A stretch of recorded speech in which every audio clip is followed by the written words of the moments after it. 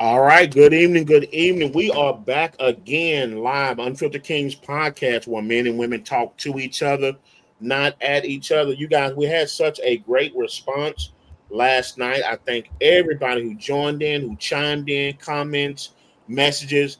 We feel that we were going to bring it again to you guys. We cannot do this without you guys, and so we appreciate the support. We appreciate all the new followers on our Instagram, Unfiltered Kings podcast, on our YouTube page, Unfiltered King Podcast, and also joining our community on Facebook. So, welcome to the new viewers. If you're out there, thank you for joining our community. Hopefully, we'll have some that's relevant to say. So, look, man, we got another great episode. Tonight's topic: together, not versus, identifying gender bias, origination, and solution.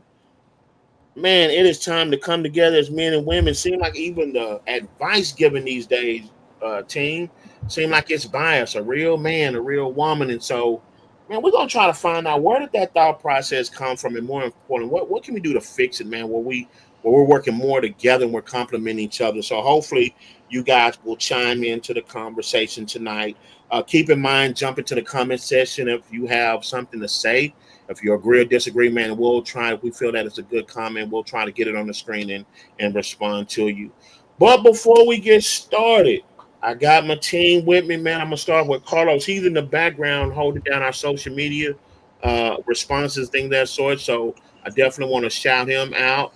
We got my boy Frankie with us tonight, man. Glad to see you here, man. After a long day, man. You want to say anything to the Already. people?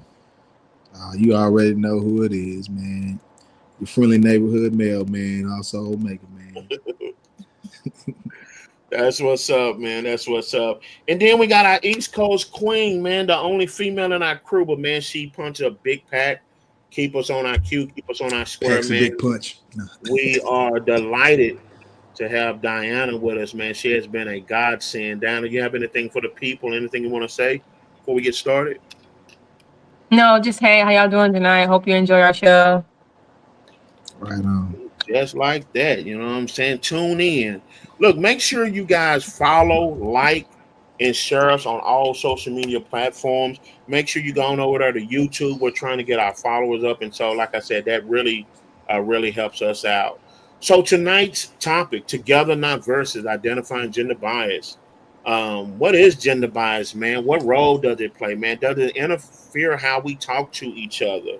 Where did it come from? And more important, man, what can we do to fix that? And so that's going to be tonight's conversation. But if you joined us last night, you know, before we jump into the heavy conversation, man, we got to check on each other, man.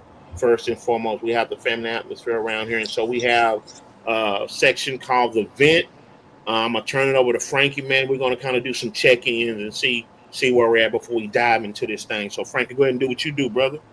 Right on, right on. Appreciate you. What it do, UKP family? You already know what time it is.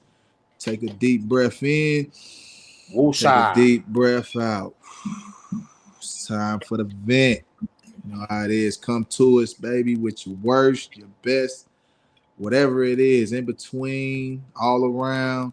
Get it off your chest. Without further ado, oh, wait, we got a scale. Forgot about that. You always know. 1 being the shittiest to 10 being the great. Now we going to kick it off. Jay, how was your day? Vent to the people. Man, just like that. You know what, man? I think this was a 9. This was a 9 day. I Oh, shared it right in the on. group me, man. I had a really solid day, none to complain there. Um, but even though with my son being in college, you know, we still try to have those father-son relation conversations while still letting him grow. And long story short, man, uh, I told him how much we're proud of him, and he responded back. He needed to hear how much he's loved. Yeah, Um, gotta always hear that affirmation, man. and that touched me, you know, to be a young black man, to recognize just hearing it, not even fully understanding it, right? But Yeah, normalizing black men in hearing from another black man that I love you. And so that touched me, man. That took my day my day up to a 9. And like I told him, he'll never have to worry about going a day. for the rest of his life. I'm trying to get emotional now. He'll never have to worry about a day going without hearing that. Even though I tell him every day, it'll be even more intentional. So with him being 21, getting ready to be 22, to be comfortable in having that conversation and allowing a man to tell him he love him, that was huge for me. So that put me on a 9, man. Right on, right on. Beautiful, man. Beautiful, beautiful. Princess Diana, what's up? How was your day? Vent to the people. Hey, I'm at like an 8, and I'm gonna tell you why. So yeah, I Right know I on. told y'all I was on my TV cleanse. Yeah, yeah. Mm-hmm. So that ended today. And I was on Hulu Okay. randomly, Right and on. I'm a huge sci-fi person, so Alien, the trilogy has always been like my thing. So I Yes. Already, seen Alien already. Romulus is on there now.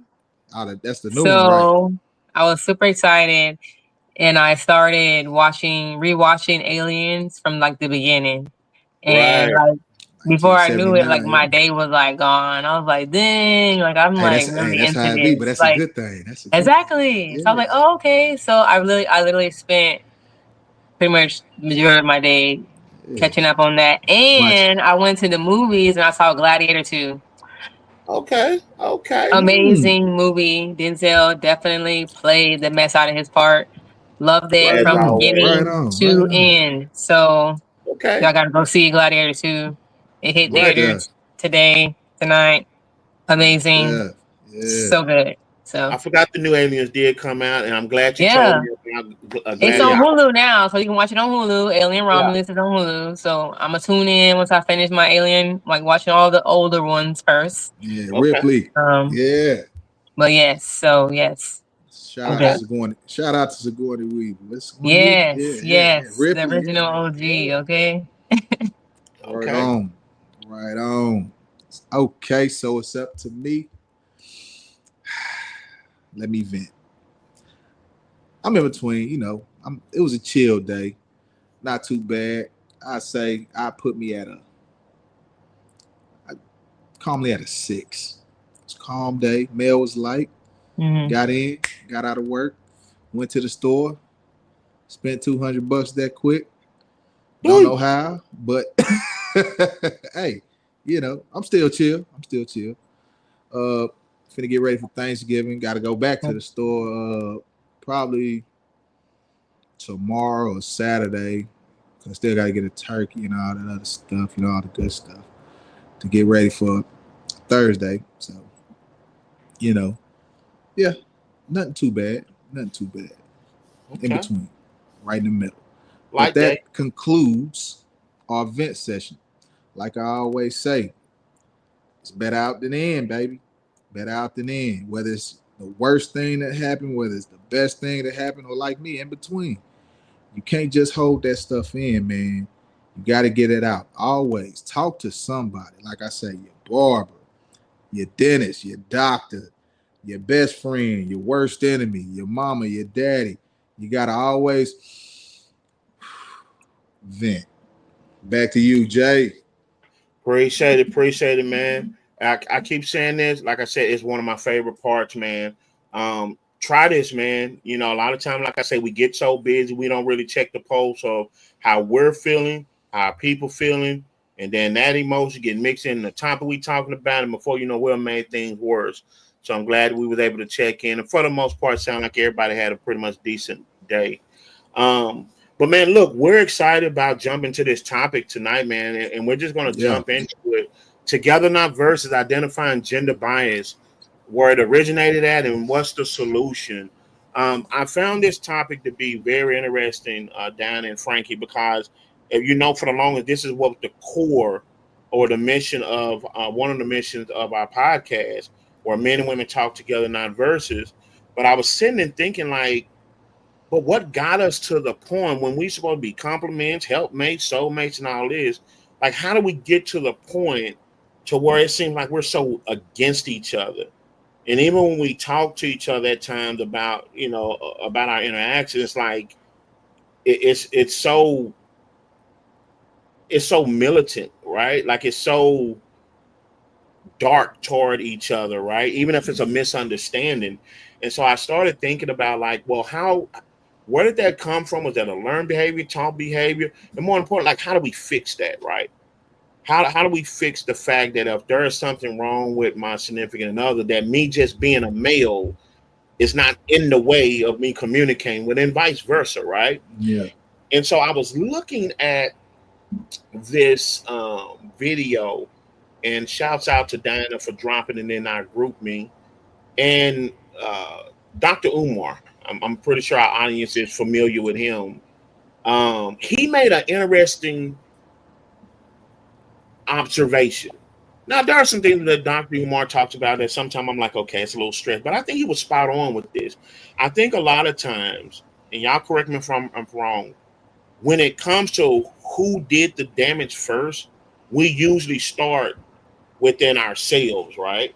So, like, if I'm in a Mm-hmm. relationship with a woman, it's easy to look at what the woman done wrong, or if the woman's gonna look at what the man does wrong. But mom, does it go deeper than that? What if it was something that was already there that automatically makes me see that woman like some damage in my past? And so what Dr. Umar did, he went back to even slavery. And I know a lot of time people look in 2024, we over slavery and all that, but I'm like, just hear me out. If 4 years of formal education is enough to have a lifetime career, right? Let's call even 4 to 8 years, right? Let's say if you get your master's. If 4 to 8 years is enough to have a lifetime career, slavery was over 400 years. So if something was impactful to us as a people over 400 years, why wouldn't it not still be impacting us today? So that's the foundation I kind of want to lay this on. And like I said, feel free to jump in, you guys, wherever you're here. So what Dr. Umar was talking about in this video, he was saying that for the longest, and the concepts of this apply to all men and women, but I'm speaking specifically about our culture as Black people. For the most part, women were always left alone to do the work of the family unit. So you think about, there was not too many marriages or what have you. The male was just to come in, impregnate her, and for the most part, them kids was kept until they were actually nursed and they were sold, right? So you think about all that trauma that the woman had to go through, right? So she had to learn how to do it on her own. This is what Dr. Umar was saying. So by the time a male does come in and want to help, there's a little apprehension there, right? Right. I had to take care of these kids. Now, again, you're not thinking in the guise of slavery, and I think that's the mistake we make. We look at slavery as this small thing, trying to put yourself in the mindset, even if you can, that this was a way of life to them. They didn't know anything else, right? And so that separation of, you're over here operating on your own, because now guess what? A woman has to be mama, have to play daddy, and then guess what? She got to take care of master's kids too. And all in all, there was no emotional attachment. There was no talking, no conversation. So what happened when a man come around and he finally wants to do the right thing, or even when they got their freedom and they could be together as a family? You kind of see where I'm going with that? There's already a division built in. Mm-hmm. And how often do we have problems in our relationship where we don't even know it, and we don't live with it for years, and when it finally manifests itself, no one knows how it actually started, right? And so I just thought that that was a good analysis, if you will. It was one of the good starting points of how summertime we blame ourselves, but we forget that we have a history. And I believe in generational curses. And so if this stuff was passed down, I'm not saying it has to be the end all be all, but I think the mindset of what got men and women at each other so much. Even when you look online, even quote unquote good information and advice is given from a gender standpoint, right? A real man would never. A woman would. A woman should. If we're so against each other, how do we come together, right? So I thought that was one good starting point. What I want to do now is kind of peer into you guys' mind, because a lot of time when we say this word gender bias, like, what does that mean? Where did that word come from? So what I want to do, Frankie, just what when you heard that term gender bias, just in layman terms, it don't even have to be nothing deep. What do you just think that means? When you hear the term gender bias, what do you think that means in today's society? Hmm. Let's gauge it like this, man. DNA is not the only thing that gets passed down. So let's make that clear. Okay. When you think of gender bias, I mean, to me, I feel it's kind of self-explanatory. Yeah. I couldn't tell Diana how to be a woman because guess what? I'm not a woman. But me and James, yeah, we could talk all day long about this, about that, about pissing on the toilet and hitting the seat. And like, damn, I got to wipe it off or some shit like that. You know what I'm saying? That type of deal. So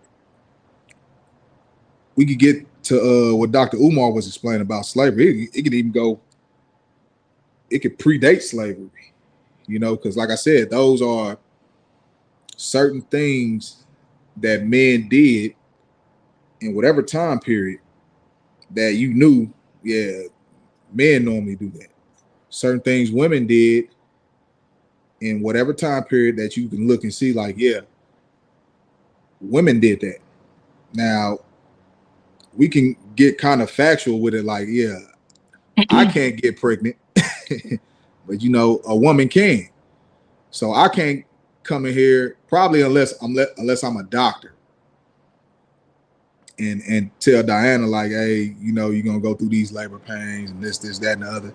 But if I'm not a doctor, who am I to tell Diana to suck that up and push this baby out? You know what I'm saying? I can't do that. Can I, Diana? You know what I'm Right. saying? Diana So gonna be like, hey, screw you. I need an epidural. You know what I'm saying?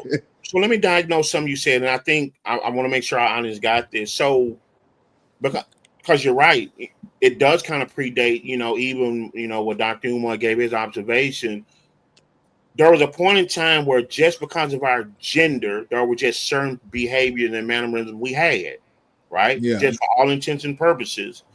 But somehow, some way, instead of them being a compliment, they became weaponized between men and women. Mm-hmm. See what I'm saying?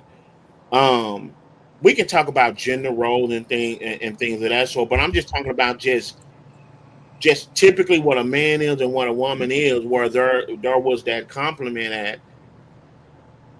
My question for the audience is, when did it get to the point where we got against each other to where things that I feel as a man, I'm automatically right, Diana, just because I'm a man. And I take no consideration in who you are, right? So for example, like a lot of men, we just talked about this, Dan. A lot of men think, well, I'm a leader and I'm the man of the house, so listen to me, right? Just paying to honor what gender bias is. Well, yeah, that may be true, but is that the end all be all just because you're a male, right? Are you a leader? Are you an Mm-hmm. effective leader, right? Does that mean that the woman should just be quiet and just follow and things of that sort? And so to me, when it comes to that gender bias, it's two parts to that. There's nothing wrong with operating in your actual gender because I believe that's supposed to complement each other. But what about the bias? What's the danger of that actual bias, that biasness, to where because I'm this gender, it lessens you or it mutes you, right? And Yeah. that's why I want the audience to understand when it in the context of gender bias, it's not knocking the gender, right? And I Right. would even say this even in a homosexual community.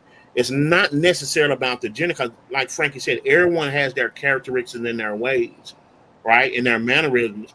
But I think the bias standpoint gets to because of who I am, simply because of what I have between my legs or what I was born with or what I identify with, then I'm more right than wrong. And I Yeah. think that's where the danger of it is at. You brought up a good point, Frank, and I want to bring that up. But what I want to do is see if Diana has anything to kind of expound on that part of the danger. And in this case, we're talking about men who are operating in their gender bias. What do you think as a woman?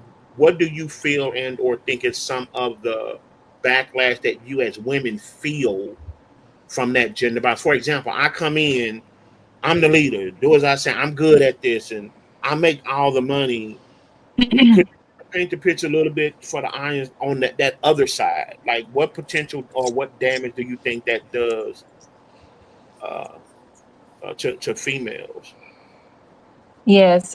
So when we talk about the dynamic of someone's mentality when they say, "Oh, I'm a leader," listen to me, I make all the money, X, Y, and Z.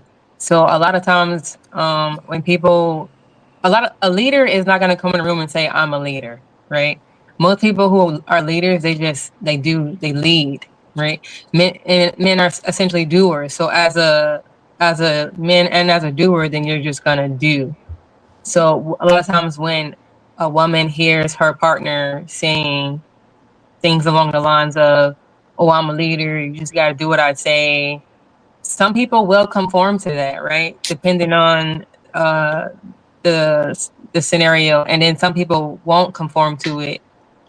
They might be a little bit more hesitant to speak on, essentially how it makes them feel, because a lot of times when somebody comes off in that way, I think a lot of women shrink, right?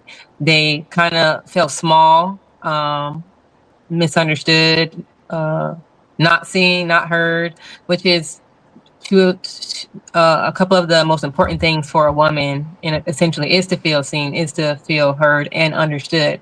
So in a dynamic as such where the man is coming down with the knife hand and he's automatically ripping her of her voice, right? Or ripping her of the opportunity to have an opinion and kind of assist him. I do think that the dangerous part of that is for her to become a shell of a person, Mm-hmm. and then she no longer wants to kind of be seen. She just kind of falters back, and however the ship goes is just how the ship goes. Women are meant to be the man's helpmate, so if she's unable to help him, a lot of times she'll just pull back, and then when the ship crashes, the first thing that person is going to do, the man who says that he knows what it is in X, Y, and Z, he's going to blame her, and then now again, she's just getting smaller and smaller, as the time frame goes along until she doesn't speak. Wow. But Frank, I think that was powerful what we just heard. And I'm gonna ask you, Yeah. and, and I'm gonna leave the topic right here for a minute because I want to give context to what Dinah is saying. As a man, how do you feel when you feel you're not seen, you're not heard? Just that when you feel not seen or not heard, or you have no value, just as a man, how do you feel? Man, it could lead you into a depression, man. Like, uh, just makes you feel inadequate. You know what I'm saying? Because those are the traits or said traits that's been passed down generation to generation. Like, hey, you have to be this. Like Diana says, she's sci-fi. It's like what Yoda says: "Do or don't. There is no try." You Mm-hmm. know what I'm Right. saying? So I got to do this, and Mm-hmm. if I can't do this, then damn, what good am I? There you You go. know? That was the key. That is a powerful question to have to ask and answer for yourself. Mm-hmm. What good am I? Yeah. Right? And the reason why I'm kind of slowing this down and giving nuances because a lot of times again we hear words and it sounds sexy, gender bias and it sounds good, but I don't think we deal with true impact because everybody's hard. Everybody got it figured out. Everyone Right. got the answer. And that's just not true. Because if you just heard, we had a man and a woman who, for the most part, are human, And when you get to the point where anytime you have to ask the question and find your own answer, I think that's one of the biggest dangers of gender bias, right? Because Right. one of the benefits of being in a relationship is that your mate validates you. Mm-hmm. Your mate lives in reciprocating certain emotions and certain feelings that validates the oneness that you all have. And when that stops, it's almost like I always say when I was doing life coaching, who wants to be in a relationship but feel alone? Right? Really think about that. And we're talking about the context of the danger of gender bias. Because these days you can just get on social media. We're already there, right? Right. And a lot of times, the reason why I wanted to Frankie to pull that out, I feel worthless. Because a lot of time this gender bias starts out of hurt. Mm-hmm. If the other gender did the hurting and they aren't doing it in the healing, then I start having to protect myself. Right? So imagine, just for context, I hit you with my car, break your leg, drive over you. You have to get up, hold your leg together, and go to the hospital. That's not for you to do your own healing, right? As a matter of fact, you're going to do more damage than actual good, right? Right. You're the one that's actually hurt. If anything, I'm supposed to be responsible who caused the hurt to get out and help and assist, calling things of that sort. A lot of time we realize the damage done physically, but what about the damage done emotionally, done mentally? And I think that's something that we as men have to think about when we hear women say, the Bible says women are weaker vessels. And a lot of times, even as men, we equate that to strength. That's not necessarily just the case, right? Weaker vessel in the fact that there should be a protective spirit, not necessarily from danger, but also danger that may come from us by damaging their emotions. And so if you now we're hearing a woman who says, I feel like I'm not being seen. Contrast that to what usually most women would like to be adorned, to be seen, to be celebrated, right? Think about that harsh contrast as being that just because of your gender. And now, because you're in this relationship, it's almost like Frank said, you cannot be yourself. You can't explore what it is to feel, in this case, what your femininity is supposed to be about. One of the foundational pieces of your femininity. And on the opposite end, the bias show toward men, like Frankie said, we want to feel validated. We want to feel wanted. But as we talked about the last one, gender bias. If you don't have a pocket full of money, you don't have it going on, if you don't have all the answers, you're not a real man. Wow. Then what am I living every day for? Then what is this thing I'm living in? Right? Frankie, you brought up an interesting point when we were doing our debriefing, how you talked about that gender bias not only can cause us to retract from each other, but you made an interesting observation where sometimes it can make us compete against Mm-hmm. each other, right? Yeah. Or let me Most definitely. prove my work. Could you kind of briefly kind of get into that for the audience for how we can retreat, but how that competition to prove who we are can also be within each other. Yeah. All this stuff ends up coming like full circle. The the origin of gender bias, where it start, this, that, and the other. Uh, and we could equate that circle to also the word change. It's one thing about change is like you can't rush it, but guess what? It's inevitable.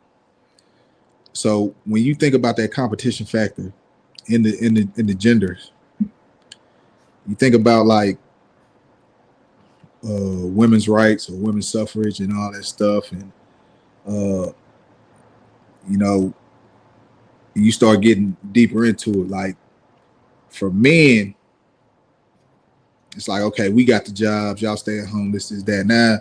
Now you hearing something or rumblings like, well, I want to work too. You sitting there looking like, well, who gonna watch the kids? Who gonna have dinner ready? Who gonna do it? Like, again, change is hard, but it's inevitable. So for men, it's like, nah, we do this. What you got to do this for? And you shouldn't think of it like that. You should think of it more like, okay, ask, like, why do you feel like you want to work? Well, I just don't want to sit at home and do this. I feel like I have more to offer and this, that, and the other. And now let's bring it into modern age. Now that we have women's rights, it's still kind of hard because look what happened. And I don't want to dig deep into politics, but look what just happened recently. You know, and even with Hillary, not even just Kamala. It's hard trying to see a woman. For a man, it's hard trying to see that a woman in that role. So we still have a long way to go. You know what I'm saying?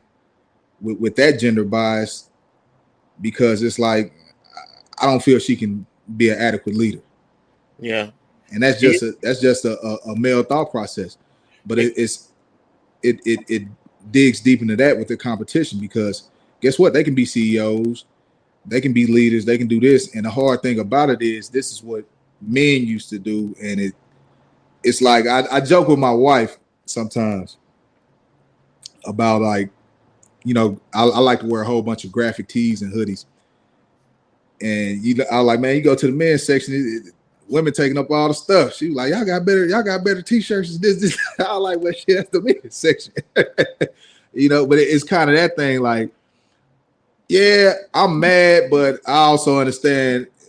And I was able to ask her, and she was able to give me that answer. Like, man, y'all got better graphic tees than what we got. We got kitties and this and that. You know, y'all got doper like y'all got this Ice Cube and y'all got Biggie and y'all got, you know, cartoons and stuff like that. We ain't got that in the women's. I was like, well, y'all need to start making like that. But I mean, that's what it is. You feel like, hey, like you invaded.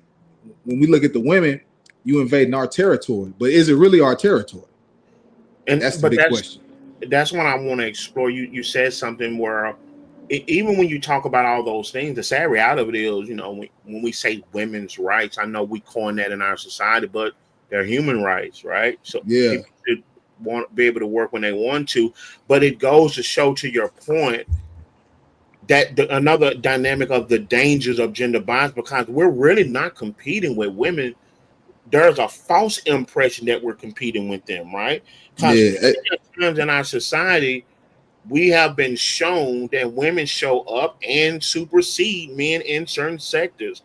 And so now, because we've created this imagery, and I think we talked about this before, whether that's bad teaching, whether that's from a cultural standpoint, sometimes a religious standpoint, we limit ourselves and create a problem, you know, of this should be competition. And you're right. You know, you look at, you know, the two elections, for the most part, the numbers show, that's not being biased. The numbers show that, quite frankly, men were uncomfortable in a space and was using their gender bias.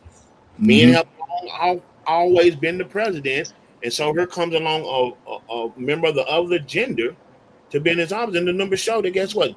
Men use their bias. I don't think I'm cool with that, right? And so we see the dangers of this all around us. But a lot of times, just like a lot of things in life, Dana, we don't see the danger till it knocks on our door, right? All those things, like what Frankie just said, they've been in our society, right? But a lot of times, depending on what gender you are, we can turn our heads to it. And it's like I said earlier in our debriefing, Black women have always been a double minority. And so I think from that standpoint, we as men have never understood how our gender bias, to some of the things Diana was saying earlier, plays a role in and almost stomping on them even more because, first of all, they're black like us. But guess what? Sometimes, even in their black relationships, they're subjugated. So they become the minority also, right? So Right. why would they trust us? Why would they kind of, be quick to wrap their hands around us? But I think in conversations like this, we have to, we have to expose that gender bias and then give opportunity like Diana did before. What does that really feel like? And put ourselves in that situation to be not seen, to be not heard, simply because of her gender. Well, we wouldn't like it because of our gender, right? And I think Mm-hmm. that's where we have an opportunity to start by being open and honest and transparent. Like we can't look at this truth, Diana, and it's only true if I'm a guy, right? And it fits my narrative, right? Or if it's only true if if you're a woman and it fits your narrative, right? At some point in time, we have to individually like look at ourselves and say, okay, fellas, we need to clean up our house simply fact because it's making our females feeling this way, and then females have to do the same. What I want to do right now, it looks like Ronnie, you out there, man. We see you, man. Thank you for joining us here tonight. If you're out there in our audience, man, if you have anything to chime in on, any questions, statements, things of that sort, don't hesitate. We got Carlos in the background, so we do have eyes on your input on Comments, social yeah. media. Um, so what I want to do, and Dana, thank you for sharing with us in context for us what those feelings look like. Before we transition, I wanted to at least ask you: are there any other emotions, any other feelings, any other dangers that you all as women go through um, as a result of that gender bias that you can actually think of right now? I know you said it, make you feel inadequate. You have to shrink yourself, or you feel kind of out of place. But is there any other nuances that maybe you found yourself, or of any women, or just women in general, uh, they go through or have to deal with based on that male gender bias when it rears its ugly head? I mean, I kind of essentially what I said already. I mean, women go through so many emotions. We are emotional creatures, so it's based on in each person individually. But as a collective, the big part of it is just having to shrink yourself, essentially, and not feeling seen, heard, or understood. Those are big things for women to be seen. They want to be heard. Of course, nobody wants to be silenced, just based off of their gender alone. And I think a lot of women are suffering in silence, but so are men, right? It can go it Right. can go either way. Both It ways, yeah. could Yeah. be the man in the dynamic, and he's suffering in silence, or the woman is pushing to want to be in the driver's seat, and he lets her. And then now he's the one, not feeling seen, heard, or understood, or feeling lonely. And so the tables can go either way for either gender when it comes to that dynamic. Back then, maybe it might have been more so for women, but now men are also suffering in silence too. Right. And we're definitely going to explore that. And I think, man, that's going to be the one, Carlos. I'm going to lose some friends. So backstage, make sure I'm going to lose 30 of them tonight. I lost 20 last night. So let's just round it out to 50. But we're going to Man. go there. But what I want to explore when you say women going through a plethora of emotions, do that make you all, what am I trying to say? Do you all start down yourself? Like, Well, sometimes I do think there can be some doubt in that scenario, because I think a lot of times, who doesn't want to be heard, who doesn't want to have an opinion, who doesn't want to be able to speak about certain things in their own home. You already have to go certain places, and you have to, walk and talk a certain way. So home should be one of those places where you can kind of let your hair down and, be able to communicate about, essentially whatever. But those are also one of the places that can either be a home of peace or a prison. And a lot of times it becomes a prison because essentially Yeah. you don't have that notion to be able to communicate across to your partner in a way when their mentality is stuck on I'm it. You just sit over there, you just be quiet and let me drive this ship. Right. And the reason why I want to kind of make sure again we slow it down when it comes to women, because a lot of times that we talked about in our other live, men, we already don't resonate with our emotion a lot of time, right? Or we're not supposed to talk about it. So Mm-hmm. now here comes a woman talking about it, and sometimes, to Frankie's analogy, it can come out like Charlie Brown's parent. Wah wah wah wah wah. You're just complaining. We can even easily minimize it. I think that's Yeah. the thing. So again, now there goes the gender bias, right? Mm-hmm. I've already dismissed you based on your gender and put my Right. over you. I've already done that.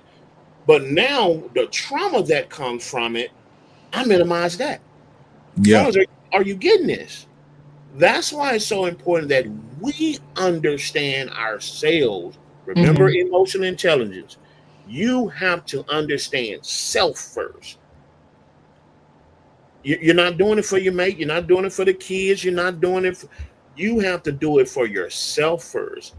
And I want to make sure that we get this as an audience, how that is a layered nuance that women are actually going through. First, I'm already minimized. And then when I try to explain myself, I'm made even smaller by being dismissive. Right. And so why is that important?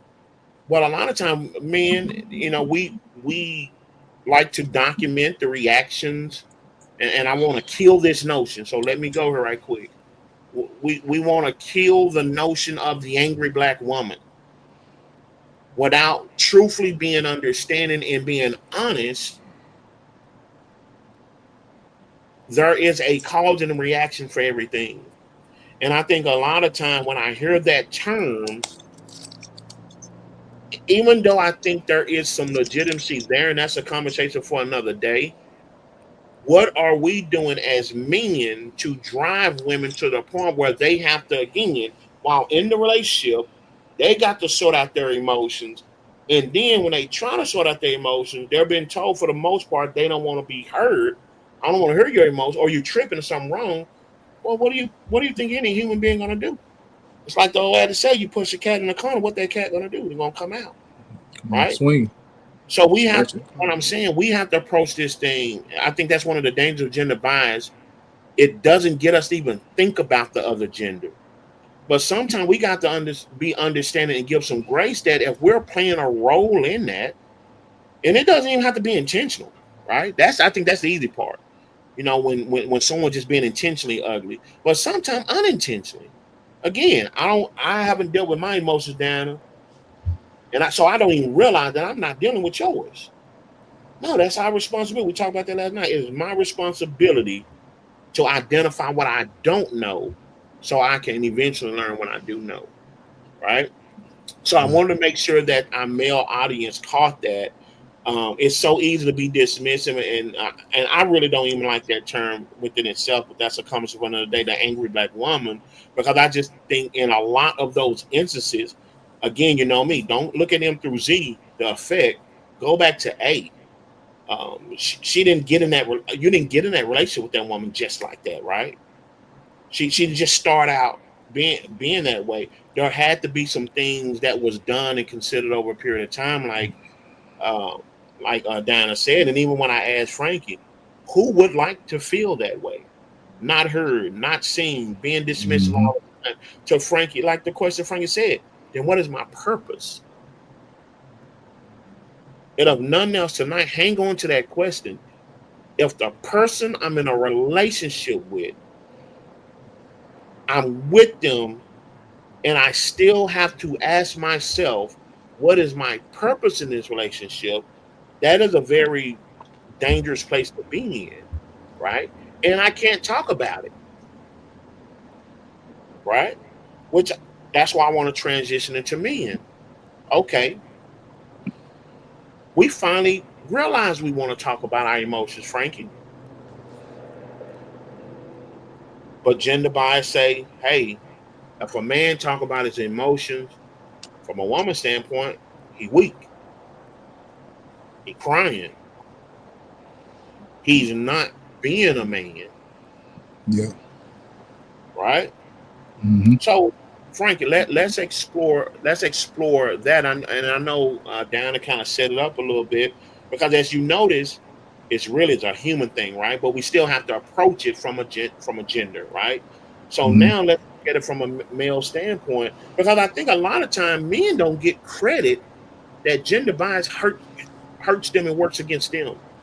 And I think the Yeah. only reason why because a lot of times we don't know or we don't care because we don't talk about emotions anyway, right? But there Right. is a lot of damage, like Diana said, and it goes back to the point. Okay, again, Frankie, um, and I think you and I we talked about this on several occasions. But if you can kind of just put into context um, the idea of the gender bias that women sometimes place on certain men, if you don't have, you're not a real man, and don't be. How does that make men feel, right? Just in Mm-hmm. general, like if your value is based on what you have in your pockets, if that is your value, how do you think that make a man feel just in general? Yeah. Uh, Diana brought up the key thing, which is the household. It's a lot of inequalities that go down in the household.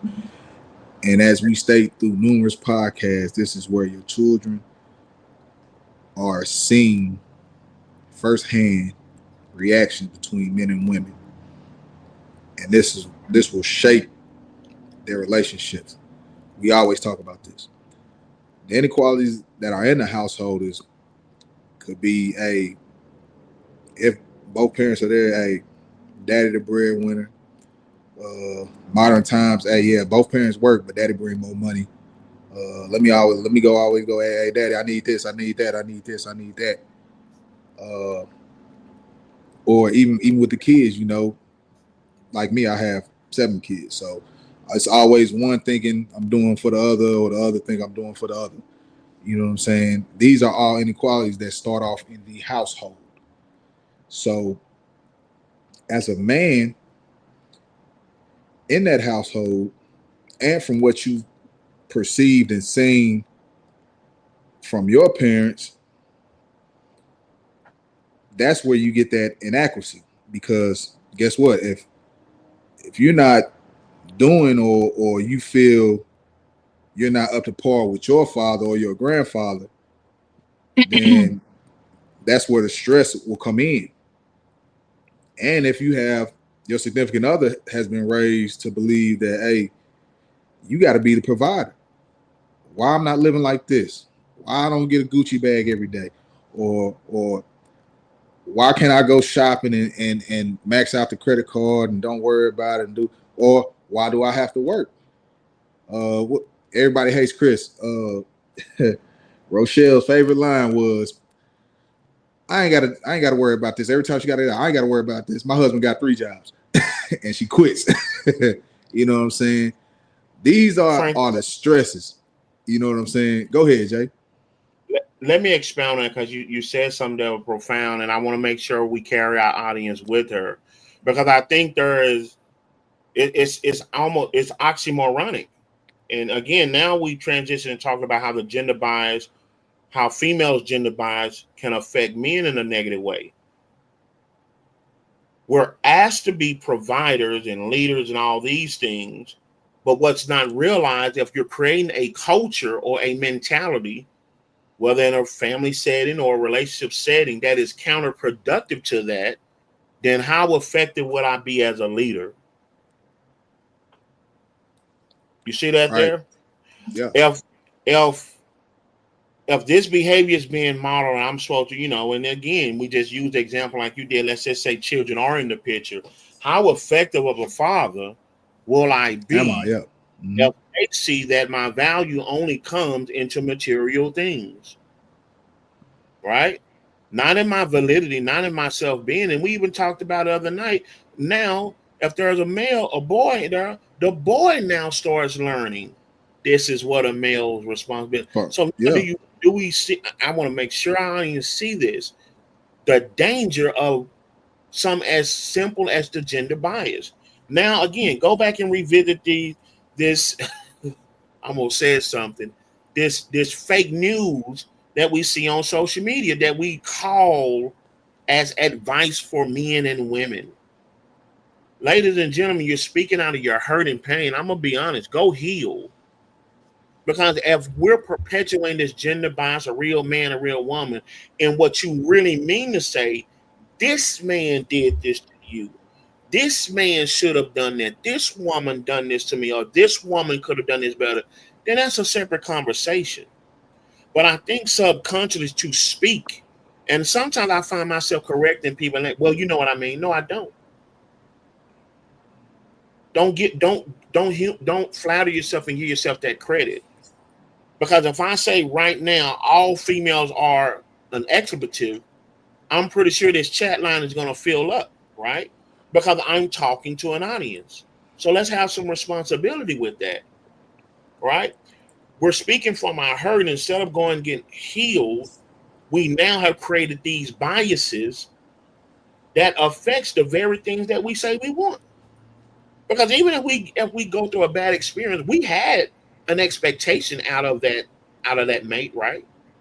Yeah. They didn't fulfill it, but it doesn't mean that the expectation, because you even see some women, they'll double, I don't need a man. Then why would I want to be with someone who don't need me? Right? What does that do to a man's pride? Have we ever asked ourselves that actual question from a woman's standpoint? Right? So like Frankie alluded to, I want to make sure that we get that. Even when we practice gender bias, we end up making it a double-edged sword that hurt ourselves. Remember the conversation we were talking, I was telling you guys about, I was in the cigar lounge and this young guy walked in, and I won't retell the story, but he was sitting and listening. We were talking about relationships, and long story short, he put out and just started talking that he's provided all the material stuff, but he actually left his home, his family that night to come sit in that lounge with us because he did not feel he had a place in that.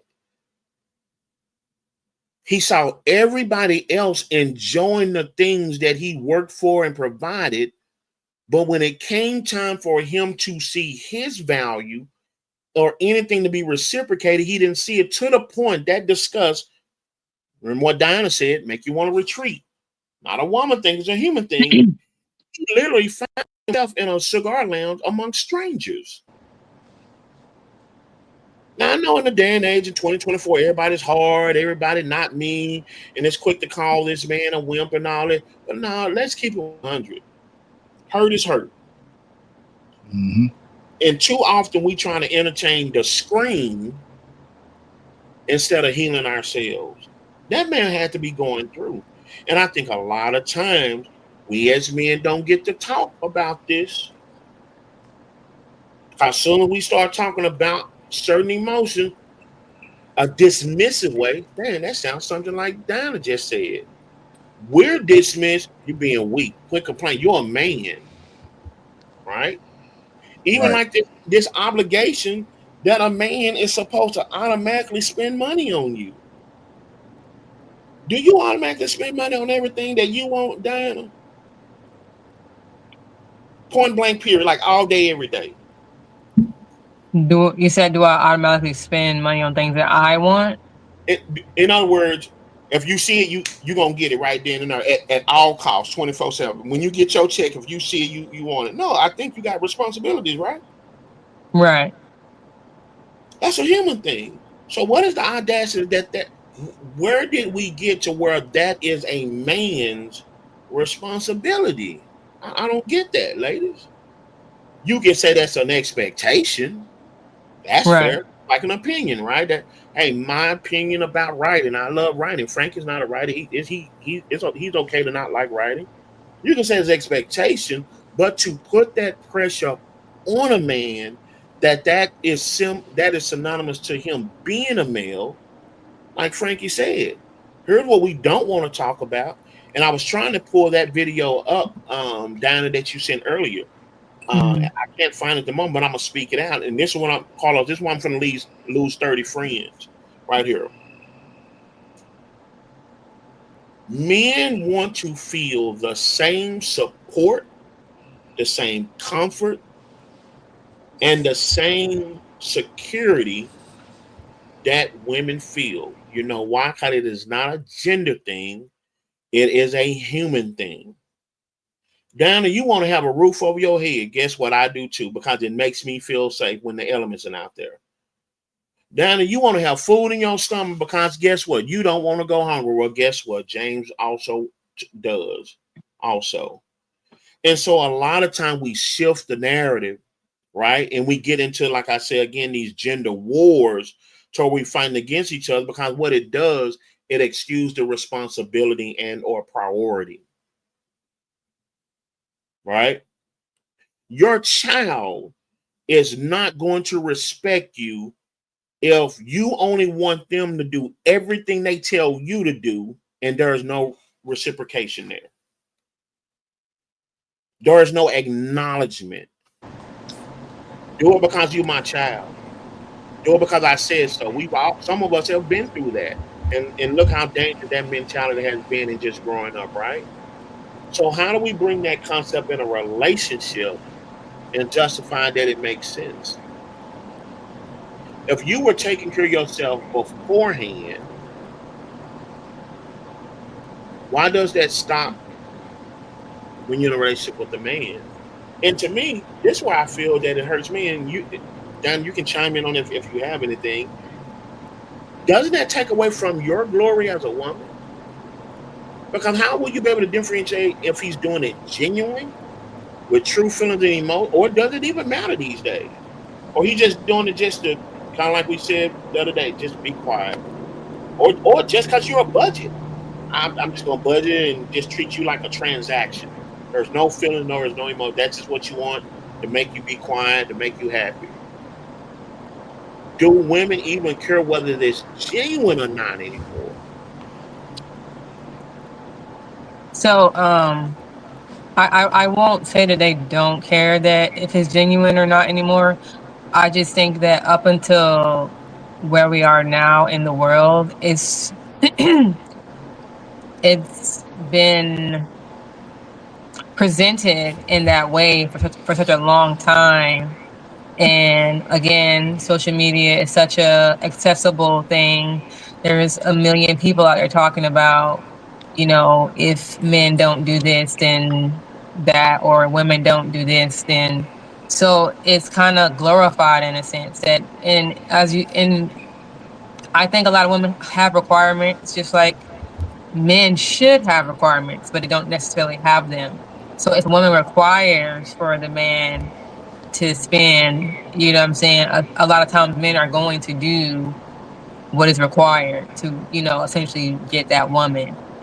So, and that's a way for it to portray itself as genuine, right?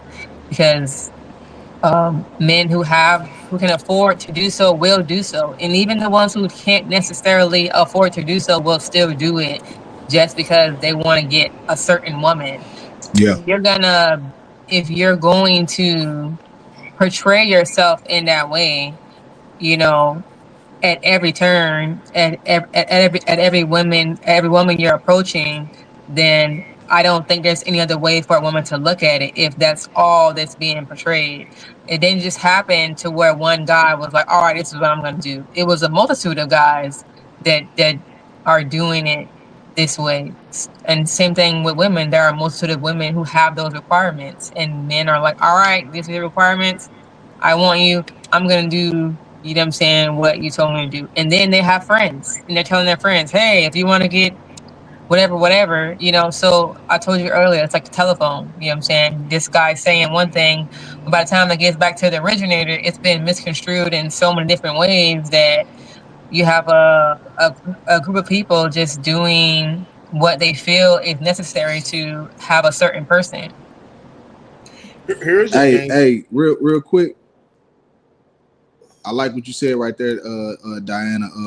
I think didn't we talk about that a while back, but like having like a list or something like that, like certain things or criteria list.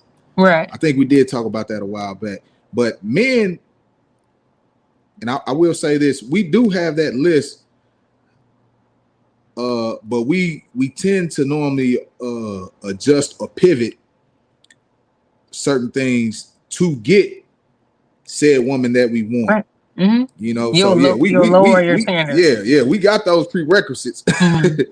We're like, well, I could adjust this real Mm-hmm. quick. So yeah, let me do this, move this over, adjust that, and let me see what she gonna do now. You know, so yeah, we do have that list, but I think we tend to we can adjust or pivot on the fly with ours.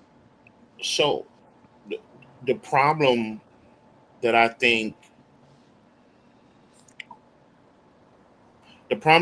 that we never end up admitting is that with gender bias, when your sole basis of being right is your gender, you lose reality. Because here's what comes to my mind.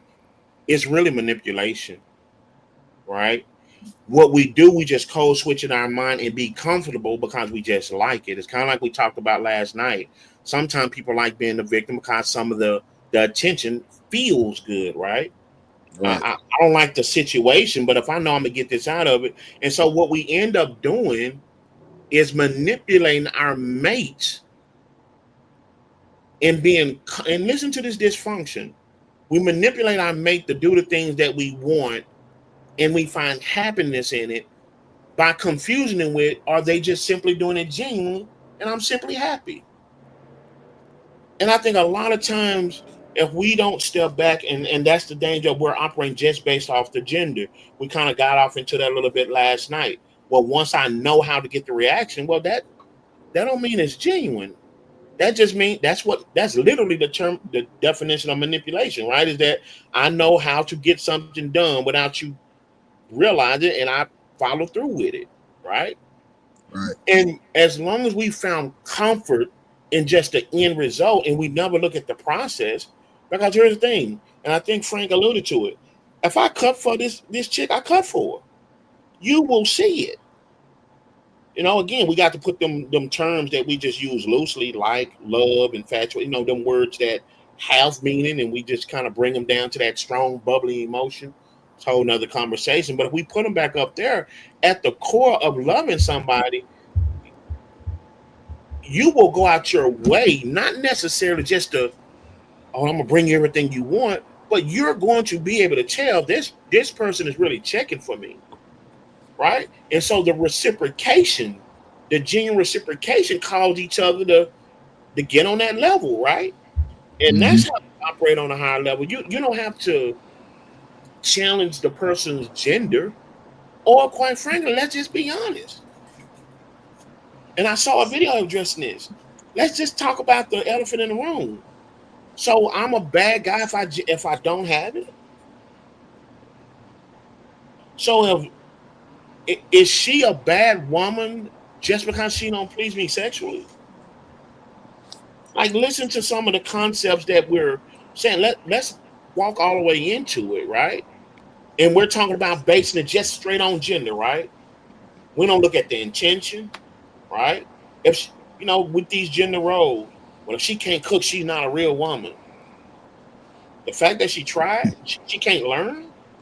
We don't go there, right? We automatic just because of the gender. If she's a woman, she's supposed to know how to cook. I'm a male and I love cooking. A woman with me probably would never have to cook unless it was an option. And I tell them I cook everything. That don't bother me as a male. I get hungry. That's why I do that. So again, what I'm getting at, Dan and Frankie, a lot of times, even in operating these gender biases, limit us to watch this. We got to tell ourselves what we want to hear. Right? Oh, a Birkin bag? Oh, you love me. We got to tell ourselves that. And it is hard to decipher, and that's why some of the fear of protecting ourselves, because how do I differentiate if that's genuine or not? or do I automatically make it genuine because I just like the product? How do I differentiate if I really have a male that loves me, or do I only realize, admit that a man loves me if he's doing these things for me? No disrespect, ladies. There have been plenty of men who've done all these things and were a-holes. Was the worst thing for you. So we have to think, what is the influence? Right? That's what I'm getting at. If the influence is just off these gender biases and what we think comes with it, like Frank was talking about this checklist. You made the checklist. You ever been to the doctor thinking you know what's wrong with you, and when you get there to the doctor, it's completely different? Different, yeah. That's the bias. We don't look at that in our limited knowledge. We could have took some medicine that took us out or what have you, but because we like to protect ourselves and we want to control the narrative, we want to manipulate the situation to get an outcome that we like.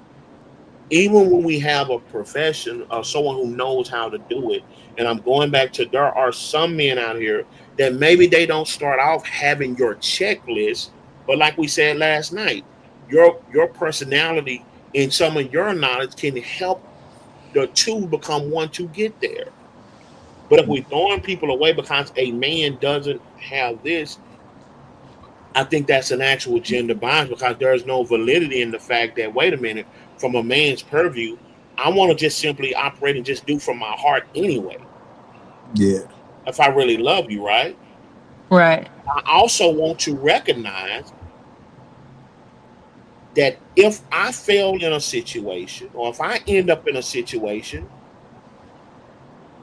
can you reciprocate the same things that I've done for you? In other words, there a togetherness, is there a oneness, or is it conditional? If I get cancer, can we downsize and live off of your income? Or is the love over because I'm not a real man anymore because I can't get any income? If a woman has to have a procedure to where she can perform sexually, if she's not a woman anymore, does that give me carte blanche to go out and let me cheat on? Because look, you're not a real woman. Like, and I know this may sound like I'm being oversaturated, but what I'm saying, just from a concept standpoint, this is what gender bias does. It only sees the value in people based on their gender, and usually the only person she values is the gender that you are.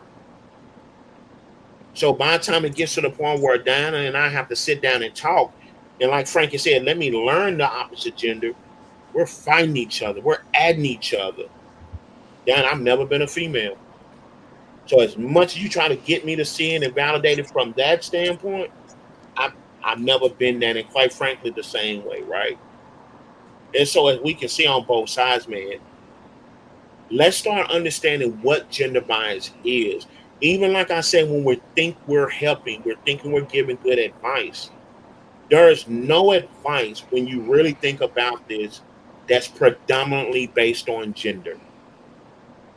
Do people right? Is that a male or female thing? Don't cheat on a person. Is that a male or female thing? Support each other. Is that a male or female thing? A lot of time we use our gender bias to hide the help that we need to get from being hurt. Yeah. That's the point that I'm getting at.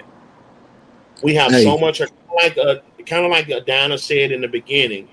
After a while, you push me back and push me back, and you shrink me and you shrink me and you shrink me.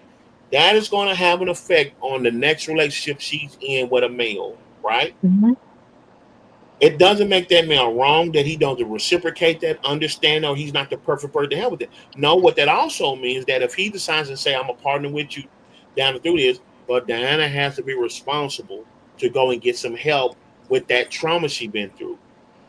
Males, just because that woman treats us bad, that woman cheated on us, or they one of these gold diggers out here, I'm gonna call it like it is, because I think there's a difference between a woman who just want good things and have shown herself to be a helpmate, and I think that comes automatically with any real man versus those who have this expectation just because their body look a certain way.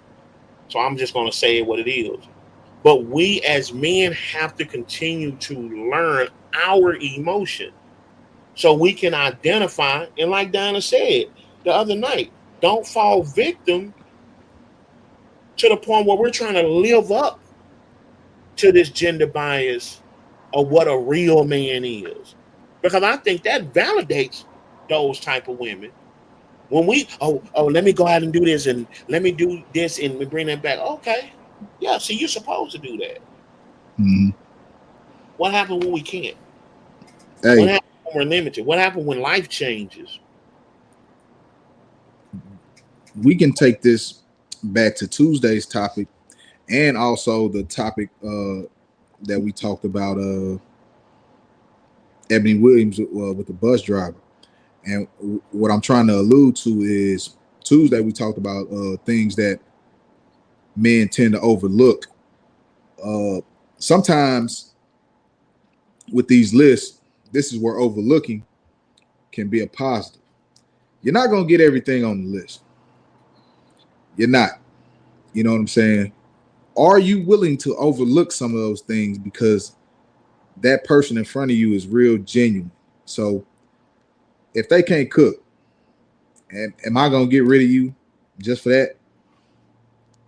If she smokes cigarettes and I just don't like that smell, am I going to get rid of her just for that? Vice versa. Same thing with the Ebony Williams situation and the bus driver. Okay, he's a bus driver, but he's a really good human being. I've had plenty of conversations with this guy. He's down to earth. He's cool. We have some similar interests, this, that, and the other. But I just can't get over the fact that he's a bus driver. Can I overlook that? And that's where overlooking can be, like I said, a positive thing. Sometimes, if you tend to overlook that one thing, you'll be in you'll probably end up being in a great relationship with a great guy or a great woman. You know what I'm saying? And if you don't overlook it, and that's the end all be all, because I got to get all 10 things on my list checked off, then hey, you just passed up on a potential great guy or woman. And these were those gender biases tie into those that Tuesday episode and the episode we did on Ebony Williams and the bus driver. This is where gender bias hurts that person, said gender, because we can't do those necessary overlooking or adapt to those situations, and we tend to pass up on great, decent human beings. And Frank, what I was going to say, and you're right, there are some things we should overlook because if that's just an imperfection or a deficit, it is what it is, right? We're all imperfect. But then I That's would right. also say, which I think is a bonding opportunity. What all do we accept? Because trust me, your mate is accepting something that you think is so normal, but guess what? They see the greater good. And that's why I say I believe in the 80-20. If the 80 is good enough that I can't find anywhere else, I'll learn how to deal and adapt with that 20. That 20% is just everybody's regular imperfection. There's no perfect people. But if you can present that 80 to a male in a way that I cannot get this 80, I can get it the same, but I can't get it the same way, he'll find a way to deal with that 20.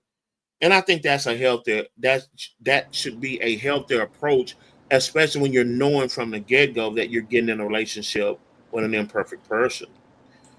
At the end of the day, the biggest danger I think that comes out of gender bias, Frankie and Diana, is that it usually allows us to overcompensate our word in what we do and undercompensate our significant other. It makes all the things that I'm doing and all the things I'm saying important simply because of my gender, right? That's like we talked about last night. Usually, what women's go to is the sex, the control, right? That's that end all be all. That for the most part, I can get a reaction, I can get a response out of that. But the value in, and I love what you said, Frankie. Let's get back to the old school. Do I have a good person, right? Before I Mm-hmm. worry about do I have a person that can uh, satisfy me sexually or can do all these things or can buy me all these things or can do all these other things, you better make sure do you just have a good person.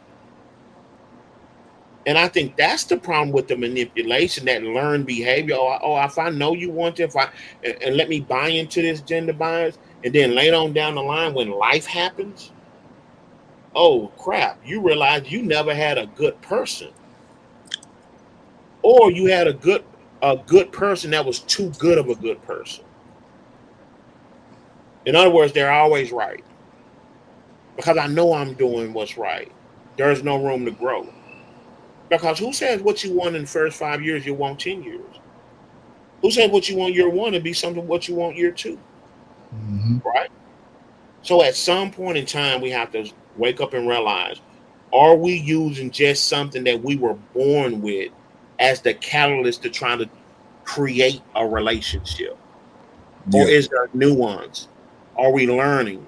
Are we overlooking? Are we adapting? Are we making considerations? Kind of like Diana was saying, if anyone feel like they're shrinking, what am I doing to make sure that they are heard, that they are seen? You can't do these things because if I see Diana just as a woman, guess what? And I'm operating from a male standpoint, I will never see the damage that is being done to her. Right? Right. Let me check here. Carlos, so thank you, man. Again, I know you're in the background holding down. I wanted to make sure that we didn't have any questions or anything from the actual audience. And remember, man, the topic: together, not versus, identifying gender bias or origination and the solutions. If you have any questions, comments, even after this actual show, make sure that you leave it in the comments. If you don't feel like you want to put it in the comments, then you can always inbox us on our actual social media platforms. So I think that we talked a lot about what gender bias is, the the dangers of it. Now what we want to do, we want to look and see what is the solution, right? And what I want to do, I want to pivot to Diana. When you're alluding to not being seen, not being heard, having to minimize yourself. If you could speak to the men who caused that, for what all intents and purposes, talk to us candid. Give us some feedback. Give us some, what they say, come to Jesus meeting. What is it directly that we need to do to not say, well, I'm eventually fix that. I'm gonna eventually get better at that. No, tell us what we need to do tonight. What do we need to Therapy. do tonight to make sure? Say that again. Therapy. Okay. You know I ain't gonna have no problem with that. Could you explain that? Couples or No, just single? individual. Individual. Okay. Individually, I believe that I think part of the stigma is because men don't necessarily go to therapy. They have the mentality of, oh, I don't need nobody to tell me. I know what I'm doing and blah, blah, blah, blah, blah.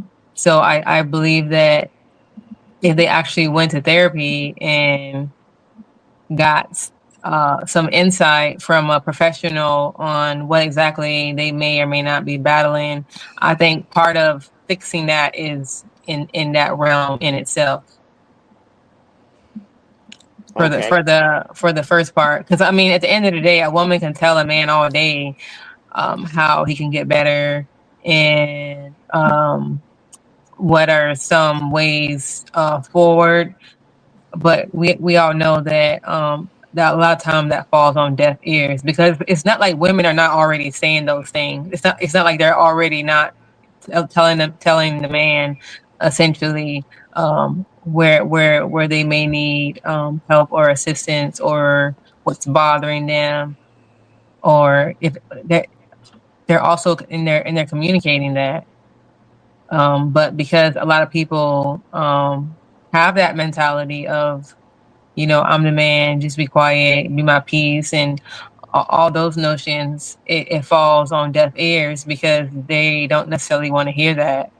They don't want another person telling them where they're messing up at, or where they lack, regardless of how the woman said it to them. She could say it in the nicest way possible. Um, I mean, essentially how I'm talking to you right now, and it'll still be looked at as they're on the defense because something else is broken in them, and I don't need there's help. not Yeah. much that the woman can do to fix that, because part of fixing that is the man himself knowing that he's broken and that he essentially needs to change certain things. And I think a lot of times men do know that they're broken. They do know that there are certain things they need to change. They just don't want to change them. So what do? They change the person. Yeah. I think that's an excellent place to start because I think the audacity of thinking I can fix a relationship before I Mhm. fix myself, Right. it goes directly back into the gender bias, right? It's a faulty assumption that I have knowledge that's not there. Because what else would we need the counseling for, right? And I think a lot of time we as men now, again, we talked about men being pushed in that role and we got to have all the answers, but we cannot believe that lie, man. Mm-hmm. We have to be okay with not being okay without it affecting our emotion. I was just talking to the team before we came on this live. Hey, if we have feedback after we watch these videos and it's something that can make us get better, our pride can't get in the way, or else we never get better. Mm-hmm. All of our mistakes will continue to be justified and we never get better. So apply that to a relationship. If I have every excuse and I can fix my problems and I'm in a relationship, then it never gets better. It only gets worse because now I'm compounding more issues that quite frankly I don't have the knowledge in doing. And so I think that's something profound down in helping us as men revisit how we look at counseling, how we look at mental wellness, right? And not confusing it with mental illness. Because I think a Right. lot of time in our culture, we don't like Mm. the stigma that comes with mental Yes. illness. But in order to address mental illness, you have to have been diagnosed. But mental wellness is something that needs to be normalized. Think about all the stuff we done been through, just like with our bodies, our eating habits, our drinking habits, our vices. Well, let me go work out and just be well. Well, it's the same thing with our mind. Fellas, we done been through all this and the stresses of the world and things of that sort. It is okay going somewhere. And the same way we take care of our physical well being, it is absolutely okay that if I may come to us and say, hey, I want to make a suggestion that you go get some help on this issue. That's not a knock. And I think we Right. talked about that the other night. No, that's someone loving you enough to say, hey, Mm-hmm. step out of your gender bias. It is a human thing. If your body breaks down, you go to see a professional, you go to the doctor. If something is wrong with your mind, your thought process, et cetera, go see a professional, right?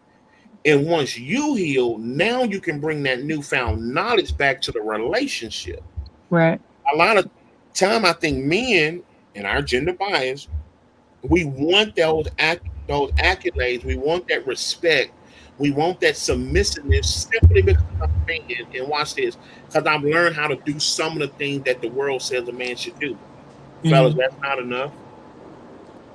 That's not enough. Then that doctor going in there and doing 80% of what a doctor's supposed to do on a surgery, and that other 20%, we'll figure it out. No, wait a minute. Let me get up off this table. It is Yeah. nothing wrong with going back from time to time and getting that counseling. And something you said also, Dana, the couples counseling don't go before the individual counseling. Right. It Because doesn't.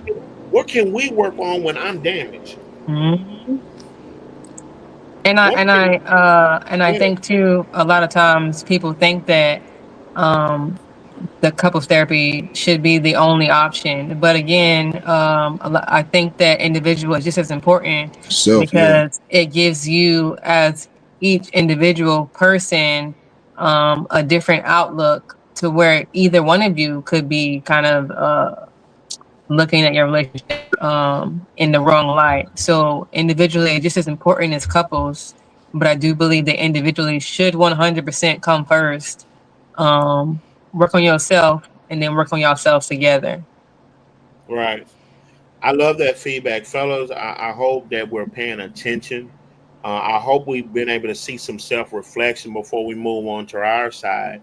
That we have to look in ourselves. As I'm hoping we're seeing now that this gender bias that we pride ourselves on, that sometimes we don't even question, right? Because I've been a male as long as I've known I've been a male, so I know I'm right, right? I hope it's making us slow down.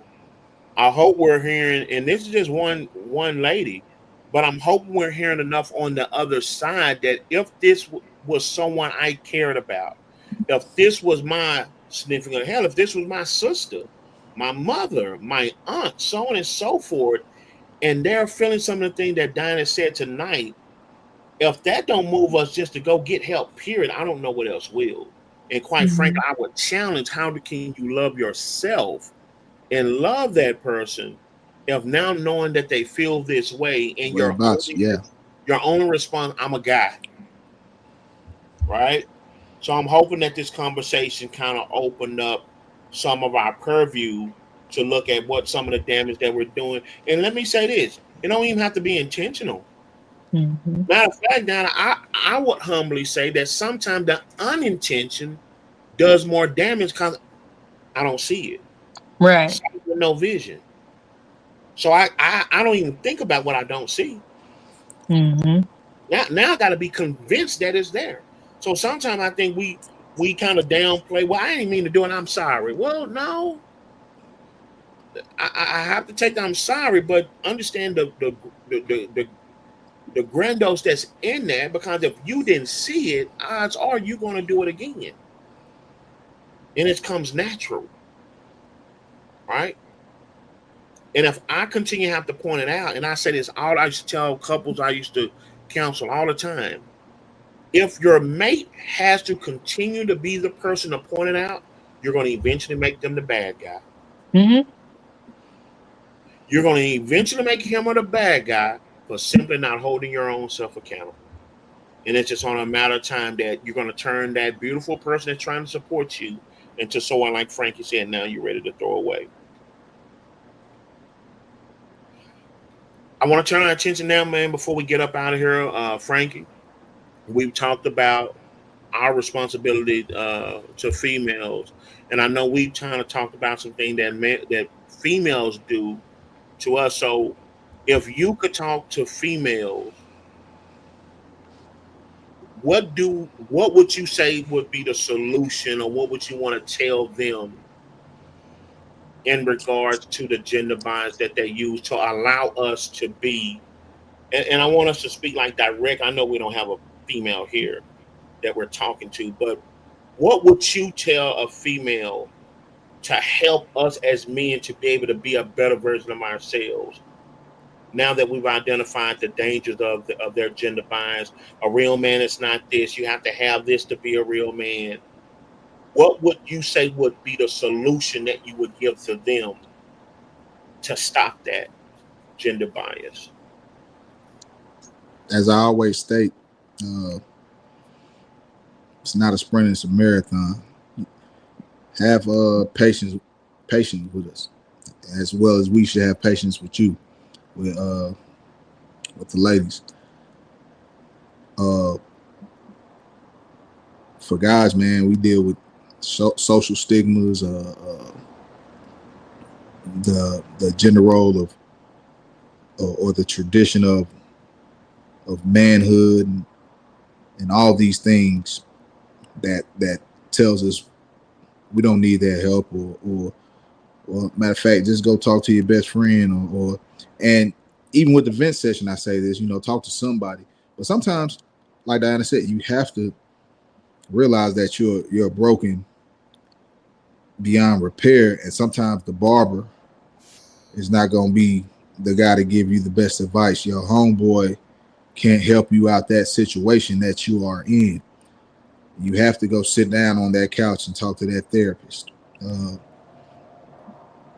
And as Jay always alludes to, don't weaponize it against us. If you know this thing about us, or this one thing that's hurting us or hindering us to help our relationship go forward, don't weaponize it against us. Be patient enough. I think Diana said it like the shoulder or or the shoulder to lean on as the woman. Yeah, be that, and but still, I know it's kind of hard, but still be re- repetitive with it. Like, hey, go talk to somebody. Hey, go talk to somebody. Hey, go talk to somebody. Whether you and I do this to my kids. I said, man, this uh, I'm a joke with you about it. I'm gonna be real with you about it.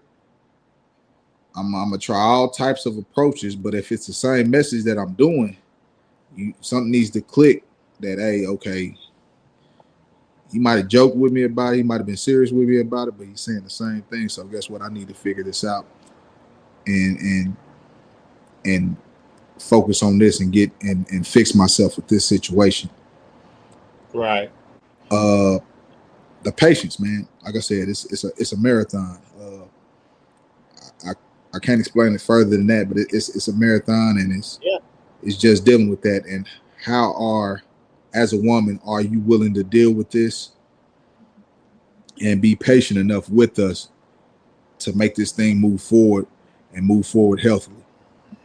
Yeah, and Frankie, man, let me take you off the hook right there. Yeah, there are times where things are nuanced and you need that outside help.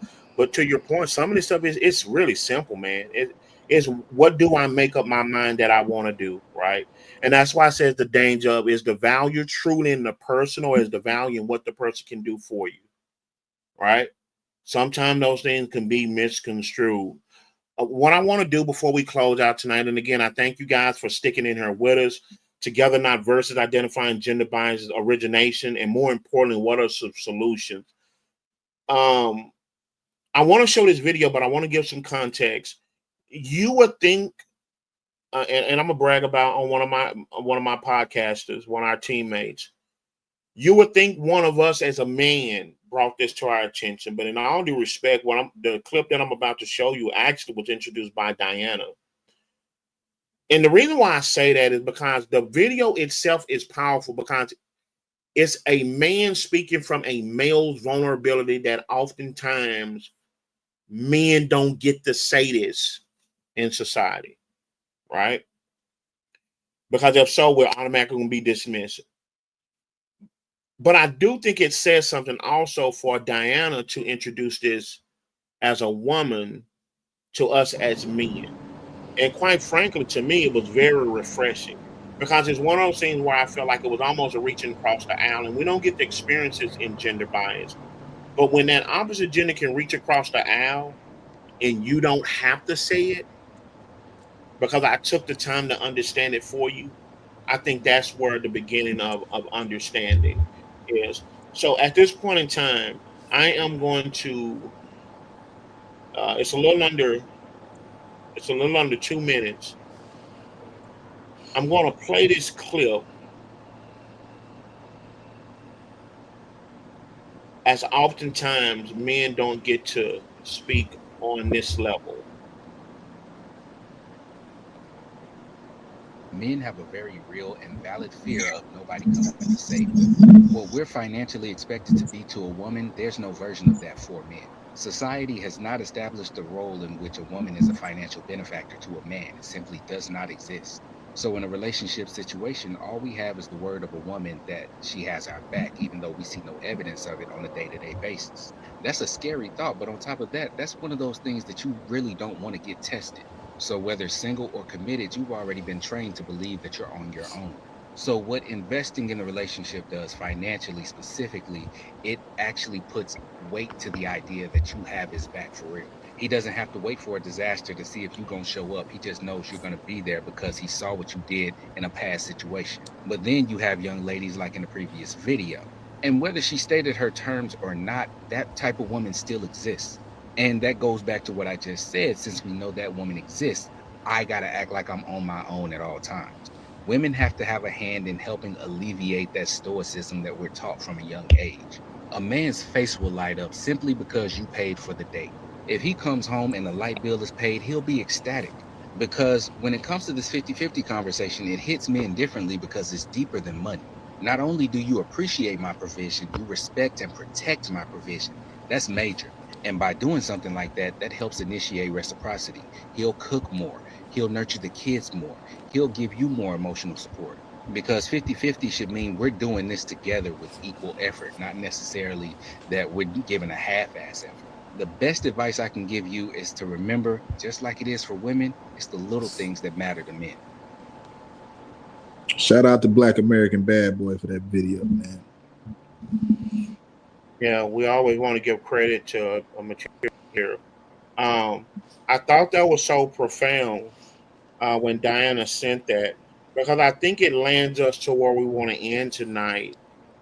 Sometimes there's a chance for us to accept new mindsets and new behaviors because we want to keep what we've learned because of our gender. But the reality of it is, and notice we've ended this way again, these topics are a human issue. Somewhere along the way, we've for whatever reason made them a man or woman issue, and they're really a human issue. And I think we should give pause when we start defending and more of the conversations about the material than the person. When it's more about the material, the things, the expectation, all this, what about the person? Have you learned the person? Have you accepted the person? Do you understand the person's mannerisms? Like we alluded to last night, do you understand how they understand and interpret love? At the end of the day, we got to get back to doing it together. If the person is the most important thing in a relationship. If not, as we can see, there's a lot of justifiable ways. Are material things important? Yes. Do they have their place in relationship? They absolutely do. But they should never take priority over the person. So again, if we make it about the human, I think we can get back Diana and Frankie to it being together, man and woman, and not versus where men is at women and women is at men and we're knocking each other and we're creating narratives and we're creating false solutions to keep from getting hurt, or we can find healthy ways where we can embrace love. And so we'll leave it right there. This was a great conversation. Even in our debriefing, it was very nuanced. We really didn't know how we were going to introduce it. And so I thank you guys for hanging in there with us. Hopefully you guys got something out of it that was edifying. I wanted to see if my team had anything that they wanted to say, any final thoughts or comments that you want to make to the audience before we close out. Yeah, Jay, I don't have anything. Again, like I just reiterate what you said. I hope everybody enjoy tonight's show. Okay. Okay. Frank, you good? 50-50, man. Like my buddy said, you know, talking about affirmations. Jay with his son, you know, his son saying, yeah, appreciating him for telling him that. Same thing, like my man said in the video, you know, come home and light bill paid and I ain't have to do it. Man, that's love. You know what I'm saying? With the therapy thing, you know, as men and as this stigma is put upon us, you know, sometimes it's hard for us to seek that help, or it's hard for us to realize we need that help. Again, be patient with us. Sometimes with guys, when we do go to therapy, we tend to not tell everything, you know. So when we do go, be patient with that and make sure you tell your husband or boyfriend, whoever it is, hey, open up more. Each day, challenge yourself to open up more, because with this thing called mental health, especially with men, it's tougher for us. Statistically shown, it's easier for women to do that type of thing, and this also plays back into this gender bias, man. With us, we feel like, and again, this is a man that's probably has gone to therapy. He would still feel like, hey, I still think I'm not being heard, you know. So that's where the patients come in. But in all, it's 50-50. Reciprocate the love, and you'll see more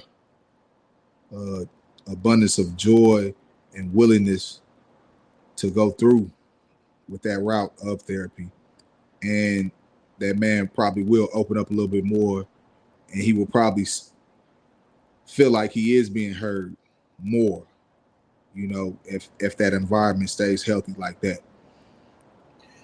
You guys, I would leave you with this. See the person. Make sure your rules or regulations, your new person, is not built off the person who hurt you to the point you can't see the person who's in front of you. And when you see those areas of opportunity, talk to each other as human beings, not necessarily based on the gender or where you were hurt in the past. Like Donna said, if that means one getting outside help individually, sometimes that other person, the person in a relationship with, has no bearing on the things that you need to work on and you need to fix, or they don't have the purview to do it. You know, they're not the doctor, they're not the therapist, the things of that sort. So I think if we normalize these things and we challenge ourselves, the thing that what Donna said earlier, we got so much stuff we hear on social media and we just kind of regurgitate it. Challenge where you even getting this information from. Like, challenge yourself. Is it even factual? Is it even healthy? Is it even effective? And I think if we do that, man, I think we can start getting along together. Look, thank you. Big shout out to Frankie and Diana, man. With touring along in this conversation, there was a lot of nuance in this conversation, but we wanted to make sure that we tried to unpack it to the best of our ability, because at the end of the day, that's what this podcast is about. We're men and women talking to each other, not at each other. So I really do thank you all for your feedback and helping guide and leaning and lending a hand to this conversation. This has been another episode of Unfiltered Kings podcast. Remember, you can find us on Facebook, you can find us on YouTube, you can find us on TikTok and also on Instagram. And keep in mind that the podcast, from an audio standpoint, Podbean app, you can find it in your cell phone store. Download the Podbean app, and you can also download Unfiltered. Search for Unfiltered King Podcast. Make sure on all these platforms that you're liking, that you're share, and following, subscribe. and you're sharing. Yeah. It helps us out so much. It allows us to keep doing what we're doing, and quite frankly, allows us to get better. With that being said and done, thank you all for who tuned in tonight and chimed in. Keep the conversation going even after this episode and recording is over. If you have some questions, like I said again, that you feel that you want one-on-one, you can always drop it in our inbox. It's definitely confidential. And if you want to join the conversation or conversation you want us to talk about, reach out to us. We'll probably find a way where you can come on to the show. But with that being said, and again, Carlos, thank you in the background for owning the real estate for our social media responses. But again, this is on podcast. We thank you guys for sharing and talking along with us. Until again, we'll catch you on the next episode. You guys take care. Peace.